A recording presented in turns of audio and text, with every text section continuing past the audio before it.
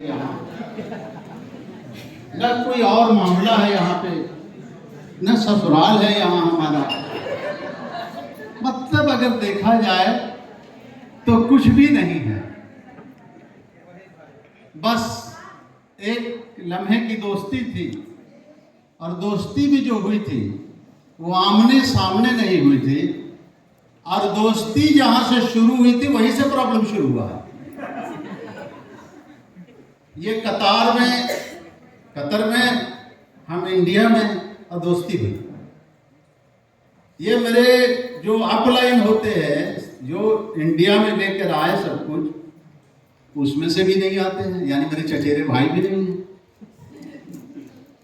ठीक है, हम इनको जानते हैं, इनके बाद कुछ लोगों को जानते हैं। अब क्राउन एम्बेसडर हो गए तो दो क्राउन एम्बेसडर को जानते हैं, अपनों को तो जानेगा ही ना आदमी।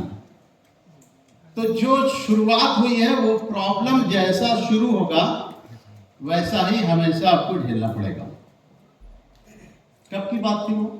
कतर 2015 में। 2015 में बात हुई, इन्होंने मेरा प्रोग्राम कतर में लगा दिया। मेरा मीटिंग शेड्यूल पास हो गया, वीजा आ गया, टिकट आ गई, सब कुछ आ गया। मैं फ्लाइट बैठा, दिल्ली भी चला गया अकेला। दिल्ली जाने के बाद जब वहां काउंटर पे गए, टाइम हो गया, वीजा दिखाया, पासपोर्ट दिखाया, सब कुछ दिखाया। बोला आप कहाँ जा रहे हैं? तो हम कहा कतर जा रहे हैं, कुवैत होते हुए। पहले कुवैत फिर वहां था। किस लिए जा रहे हैं? तो उनका टूर के लिए जा रहे हैं, क्योंकि टूर वीजा, काम करने तो हम जा नहीं रहे। लेकिन वीजे में लिखा हुआ था वर्क वीजा, और हम बोला क्या? टूर बोलना कि हमको वहीं रोका। आपका वीजा वर्क वीजा है, आप बोल रहे टूर में, हमको तो 3 दिन में लौटना था। हमका ये क्या प्रॉब्लम हो गया? रिटर्निंग ही बना हुआ सब कुछ। फिर फोन लगाया,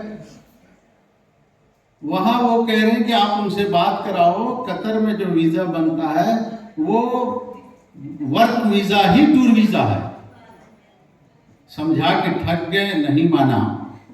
लास्ट में क्या हुआ, दिल्ली से हमको फिर वापस आना पड़ा। मैं कतर नहीं जा सका। प्रॉब्लम, हेलो, ये सब प्रॉब्लम आया आप लोगों को? कभी नहीं आया होगा। तो ये कहानी आज तक आपको नहीं बताया था, लेकिन जब बार बार सजा मिल रही है तो बताना पड़ेगा।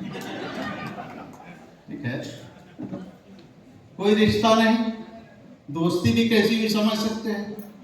उसके बाद ये बेचारा आया, फिर वहां से सिलसिला शुरू हुआ। फिर इंडिया और नेपाल का संगम चला, मिले, एक आए, एक से कई लोग आए, फिर 350 लोग आए। यह आना जाना चालू हो गया, और हमारा और आपका रिश्ता एक अच्छा रिश्ता बन गया है।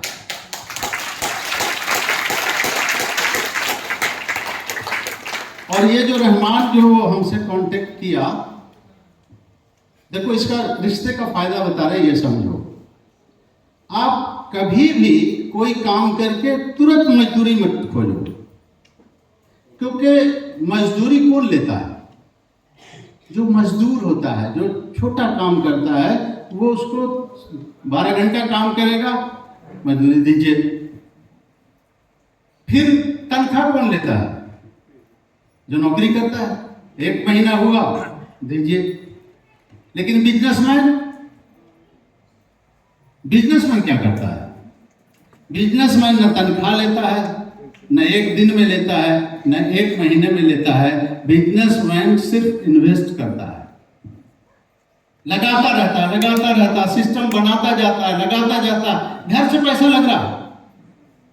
लेकिन जैसे ही उसका सिस्टम बन जाता है तो सिर्फ पैसा आता रहता है, जाता कुछ भी नहीं। तो आप लेबर हो कि कर्मचारी हो, यानी नौकर हो कि बिजनेसमैन हो, ये फैसला कर लेना। अगर आप बिजनेसमैन हैं तो अगले महीने 10 तारीख को बोनस कितना आया ये देखने की जरूरत नहीं है, क्योंकि वो जो बोनस है आपका वो छोटा सा बोनस होगा। अच्छा, बड़े मजे की बात है, दुनिया में अभी तक हम कभी ऐसा देखा ही नहीं कहीं पे कि हम काम सीखें और हमको पैसा मिले। सीखने में मिलता है किसी को पैसा? जुबान है तो बोलिए, नहीं है, गूंगे अगर हैं तो हाथ हिला दीजिए, ठीक है? या अगर हिंदी समझ में आ रहा है तो ठीक है, नहीं है तो रिटर्न कर दीजिए, ठीक है? और हम पहले भी बोला था कि अगर हिंदी आपको समझ में नहीं आ रहा है, ये आपका प्रॉब्लम है, मेरा नहीं है, ठीक है? ये आपका प्रॉब्लम है, नहीं समझ रहे तो मेरा प्रॉब्लम नहीं है। तो ये जो आप काम किया तो सीखते हुए में कहीं पर पैसा आता है किसी को? नहीं आता है। लेकिन जिस सिस्टम में आप काम कर रहे हो, आप छोटा सा काम करते हो, थोड़ा सा पीढ़ी बनाते हो, आपको बोनस आता है कि नहीं? हाथ उठा के भी बोलिएगा जरा, क्योंकि अब जुबान हिलाने से आंख भी हिलने लगेगी, इसलिए हाथ हिलाओगे तो आंख बिल्कुल आपकी जागती रहेगी। तो जब हम कुछ पूछे तो मुंह से भी बोलना हो, हाथ से भी। हेलो, बोलेंगे ना? हाँ, रमन जी आए तो यस करवाया, वो विजय जी आए तो कहा कि इधर हेलो,